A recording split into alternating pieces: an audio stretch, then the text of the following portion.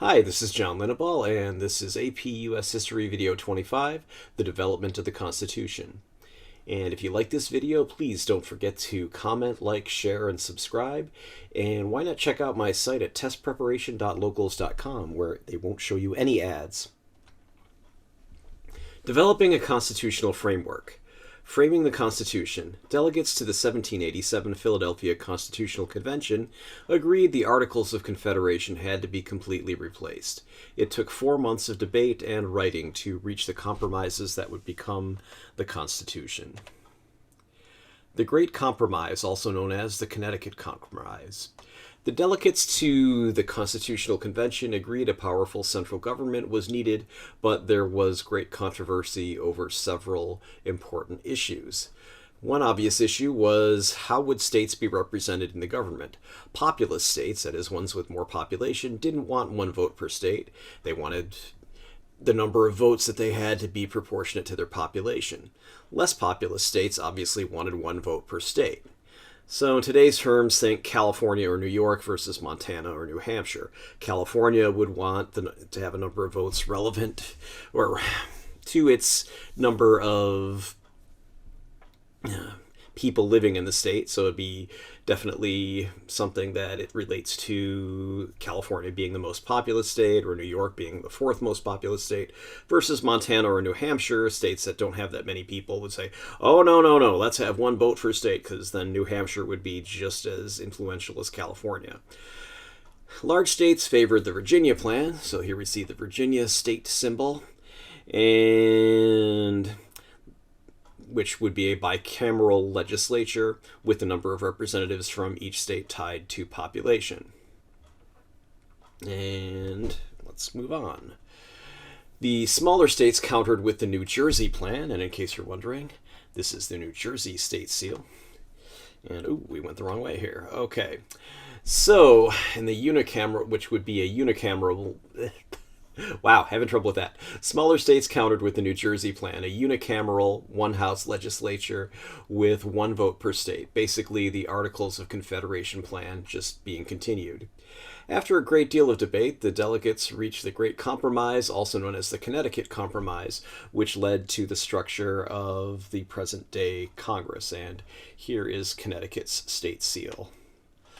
So, the plan was that the House of Representatives would have the number of representatives based on the population of each state, and that continues to this day. That's why California has the most representatives, and whatever the least populous state is has the least representatives. Rhode Island or New Hampshire or something like that. And in the Senate, each state gets 2 senators, which is exactly what we have today. Some interesting artifacts, things that have resulted from that. Political parties and other groups often concentrate on Senate campaigns in less populous, with less population, such as Montana, New Hampshire, Idaho, Wyoming, because they have 2 senators just like California or New York. But if you want to influence the senatorial election in Montana, you can buy time in a much smaller television or radio market and pay a lot less money, and your cause can then elect a senator from a state. Doesn't have to be from, just has to be from a state, doesn't have to be from any particular state. So if you can, in quotes, buy yourself a senator from Montana, that's going to be a lot cheaper than, in quotes, buying a senator from California or New York. So, of course, I'm being a little facetious, but, if you want to get a principled senator who supports your very worthy cause, it's easier to do that in Montana than it is to do it in California, let's say. Okay. 3 branches of government. The Constitution, Article 1, Congress. The Constitution created 3 branches of government.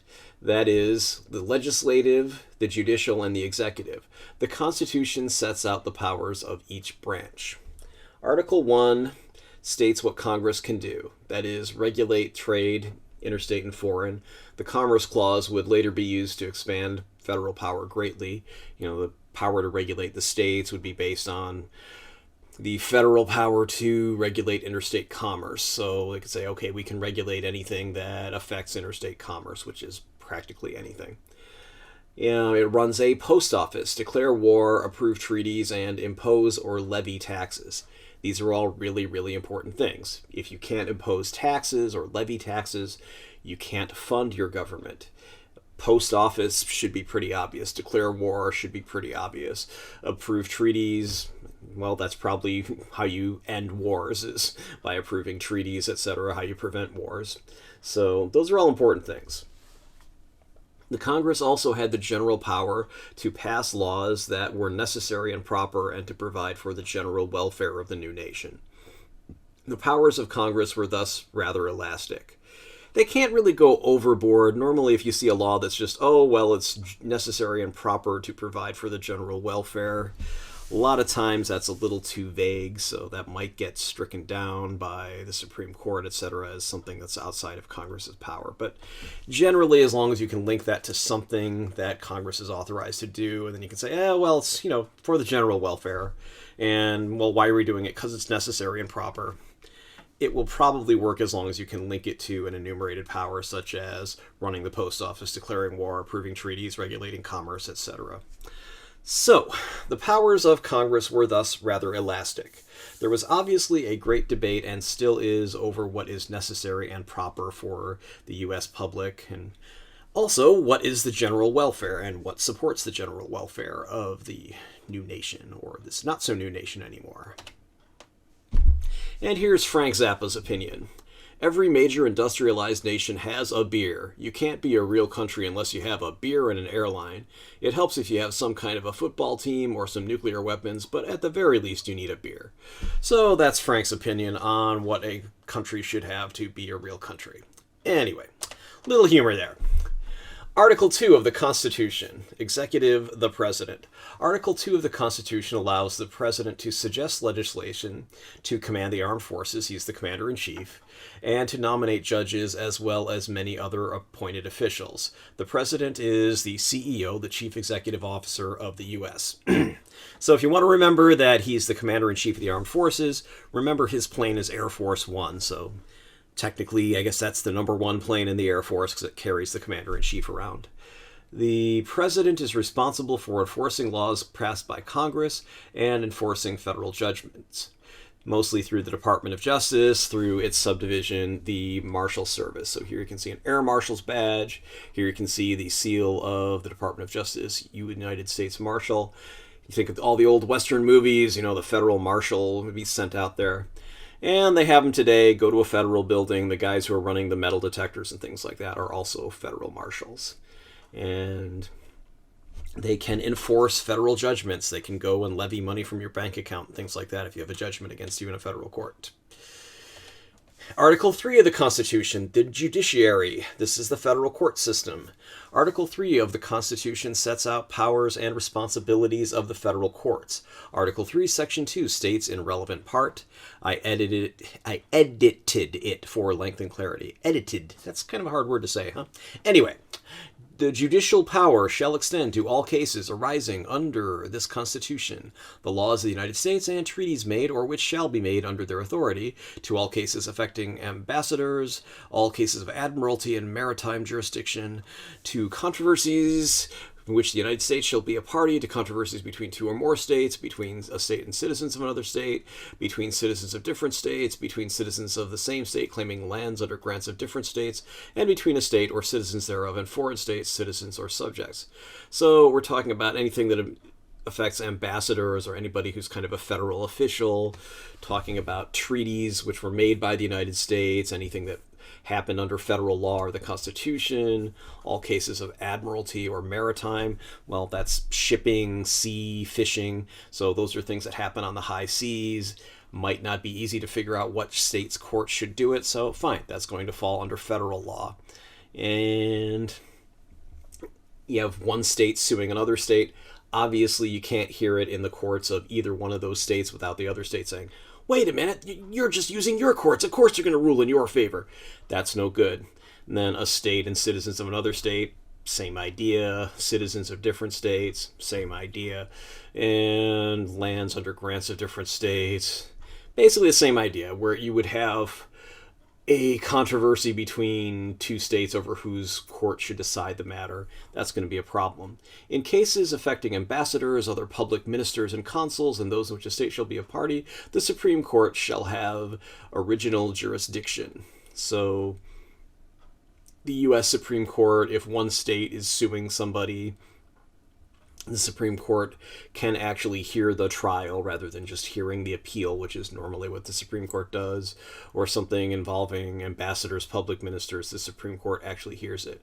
All the other cases mentioned, so the ones mentioned up here, the Supreme Court has appellate jurisdiction, so then that would have to go from federal district court to whatever circuit it's in. For example, in California, it would be the Ninth Circuit, and then only from the Ninth Circuit, if you appealed from there, would it go to the Supreme Court.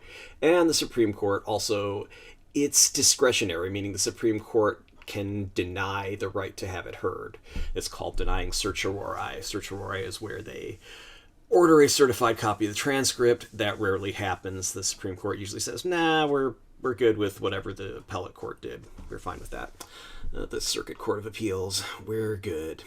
Anyway, so shall have appellate jurisdiction, both as to law and fact, with such exceptions and under such regulations as the Congress shall make. So Congress can make subsections as to what the Supreme Court is supposed to hear, etc., and when it's supposed to hear it.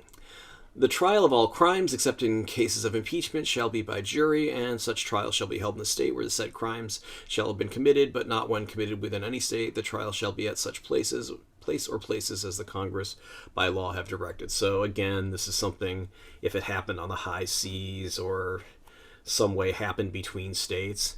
In these days of telecommunications, it could be, well, if I committed internet fraud and I'm in California, but the people who I defrauded were in Texas or something like that, well, where's it going to be heard? Something like that. So notice this is everything that just doesn't neatly fall under one state's jurisdiction. So the federal system picks that up. And here's a link to the full text of Article 3 and interpretations of each section. constitutioncenter.org, Interactive Constitution, Article 3. Definitely suggest you look at it if you want to learn about the Constitution. Checks and balances, separation of powers. The framers of the Constitution were obviously very wary of powerful central government, so the legislature, judiciary, and executive branches were supposed to keep each other in line. Thus the phrase checks and balances. Each branch has a way to overrule the other two. The president can veto laws passed by Congress, so we can see here. The president can do a veto. Congress can send of something for the president to sign. He can veto it. Congress can then shoot back by overriding vetoes with a 2/3 vote. Notice Congress can also impeach the president. So, as it says here, Congress can pass laws limiting presidential power and can override vetoes. Congress also confirms judicial appointments. That means they have to approve the judge, so that's approved federal judges here. I know when I first heard of confirming appointments, I was in 5th grade. I was like, is that like a secretary where they call up and say, okay, you have an appointment for 3 o'clock Thursday, we'll see you then? No, that's not secretarial work. That's basically, you don't become a federal judge unless Congress says you get to be a federal judge. So the judicial branch has power over Congress. It can declare laws to be unconstitutional. So the Supreme Court can rule a law or executive action is unconstitutional. So you can see here, can declare laws unconstitutional or presidential acts unconstitutional.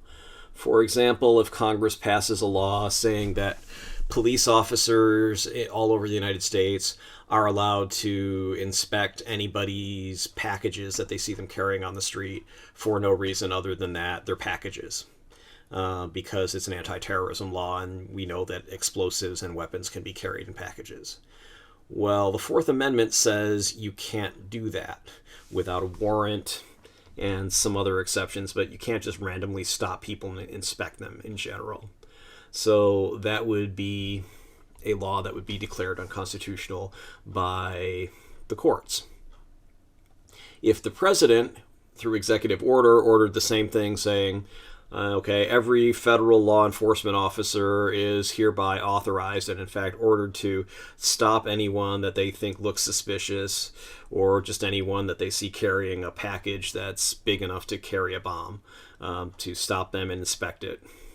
Right then and there, again, the Supreme Court or the federal appellate courts would say, no, you can't do that. Or even a federal district court would say, no, you can't just stop everybody. There's a thing called the Fourth Amendment. So, Fourth Amendment doesn't have any meaning if you can just stop people to have them inspected for weapons or drugs or things without any suspicion that that person actually has them. All right, let's move on. Judicial appointments can be controversial. So here is Supreme Court Justice Clarence Thomas, and this is Anita Hill. Anita Hill is someone who had worked under Clarence Thomas when he was at the U.S. Department of Education, and later when he became the head of the U.S. Equal Employment Opportunity Commission, which investigates sexual harassment claims of other things. She said that he sexually harassed her and made some comments that were not very nice about people who were in adult films and some other things. You can look this up if you want and go to the Clarence Thomas Supreme Court nomination Wikipedia page. And all of these allegations were heard in confirmation hearings before the U.S. Senate. So if the U.S. Senate had decided that was a game killer, showstopper, or whatever, Clarence Thomas would not be on the Supreme Court, but he was voted in by a majority of the Senate. And a more recent example, here we have Brett Kavanaugh, who is currently on the Supreme Court with Judge Thomas. He was accused of sexual assault by at least 2 women, including Christine Blasey Ford, who is a college professor and mental health professional, and basically, accused him of some very bad sexual behavior back when they were both much younger. And you might remember seeing on TV or on the news or on the internet, I like beer, I still like beer. That was his testimony before Congress as part of his confirmation hearing. So he had to address these allegations before the Senate. Again, the Senate decided to confirm his appointment, so he is now on the Supreme Court. And you can look this up online. It's pretty easy to find. Checks and balances. Separation of powers. Congress can impeach the president. The Chief Justice of the Supreme Court presides over the trial, and the Senate is the jury. So the common misconception is that impeachment means that the president is kicked out of office. It does not. It's just a criminal indictment. So basically, it's analogous to if someone is arrested and the district attorney brings charges, that's an indictment, and impeachment is an indictment. So that just means that, in this case, Congress is acting as the DA here. And so, for the president to be kicked out, he has to be found guilty at a trial before the Senate, so the Senate acts as the jury. And the person running the trial is the Chief Justice of the Supreme Court. Bill Clinton was impeached but not found guilty. So was President Andrew Johnson after the Civil War. And, of course, our recently departed president, Donald Trump, was impeached once early in his term and has just been impeached again. In case you're wondering why he's been impeached, again, now that he's no longer in office, it's because if he's impeached, they can take away his pension, they can take away his travel allowance. There are all sorts of things that former presidents get as a perk of their job that, if he's impeached and found guilty, then they don't have to give him. And it's also a symbolic gesture just to show, okay, this person was bad, so we don't want him as an official ex-president. We want him to be a disgraced ex-president. The president can pardon federal crimes and commute sentences. This is another presidential power. The president has the power to pardon people accused or convicted of federal crimes. Trump pardoned many people just before leaving office, which was, a couple days before a couple days before right now. It's the 21st of January 2021 as I'm recording this, so Trump left office yesterday. He pardoned many people on his way out of office and commuted the sentences of others, including former Detroit Mayor Have a little space there, so it's Mayor, sorry. Former Detroit Mayor Kwame Kilpatrick. So when you commute someone's sentence, it's not the same as being pardoned. If you're pardoned, it's as though it never happened. If your sentence is commuted, that means they can take you out of prison, or instead of being executed, you get life in prison. It's some way that they lighten your sentence for whatever you committed. So, Donald Trump cuts Kwame Malik Kilpatrick's jail time for Detroit corruption by 20 years. He's the former mayor of Detroit, got himself in some trouble over some pretty major corruption there, got caught through a whole lot of text messages, but Trump decided to commute his sentence. Pardon me. Okay, people did ask whether Trump was going to try to pardon himself. Most constitutional law experts say a president can't pardon himself, which is actually just common sense, because if you're the president and you can pardon yourself, then you can do whatever you want and then pardon yourself for it, and then do whatever you want again and pardon yourself. So then you have unlimited power, because no matter what you do, it doesn't matter if it's a crime, because you can just pardon yourself for it. So no, presidents can't pardon themselves. And here's an old joke about Ford and Nixon. Gerald Ford pardoned Nixon for Watergate. So the old joke is Nixon bumps into Ford. Nixon says, "Oh, pardon me." Ford says, "I already did." Ha ha ha ha ha. Anyway, the president can't pardon himself. That's the way it is. And James Madison on the Constitution. So the basic structural elements of the Constitution, the three branches, checks and balances, are found in James Madison's Federalist number 51.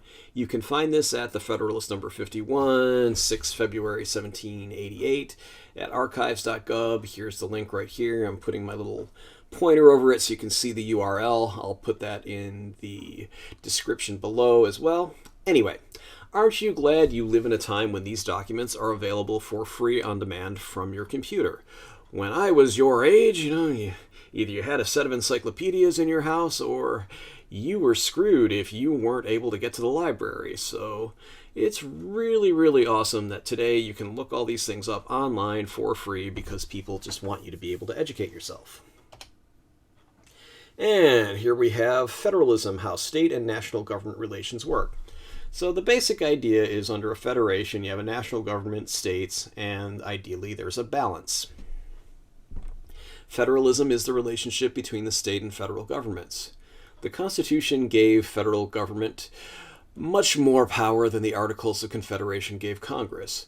The states retained certain reserved powers, but the federal government was given enumerated powers, including the power to tax, declare war, regulate trade, and provide for the general welfare. Madison proposed that Congress be given the power to strike down state laws, but that proposal was rejected. At least partially, anyway.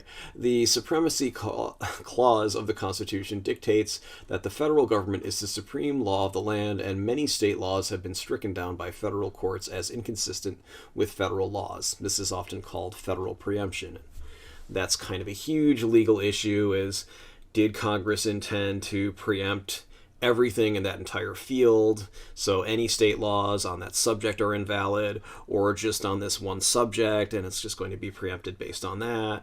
Or is it something where, no, it's fine, state laws and federal laws can both exist, or at least these ones don't conflict with each other, so there's no need for preemption, etc. Hyde, from that 70s show on the three branches of government. You might remember that 70s show from the 1990s. If you don't, here it is. Hyde's explaining, the three true branches of the government are military, corporate, and Hollywood. Little 70s paranoia for you there. Anyway, pretty funny joke. Did you find this video useful? Please like it and subscribe to my channel. Neither action costs you anything. You'll be alerted about my new videos. Why do I care? It's simple. YouTube doesn't let me share any ad revenue unless I have 1,000 subscribers and 4,000 hours. That's 240,000 minutes of view time in a year. While many people are watching these, I don't have 4,000 hours of watch time. I also don't have 1,000 subscribers at this time. Want to see this without ads? Try joining my community at testpreparation.locals.com.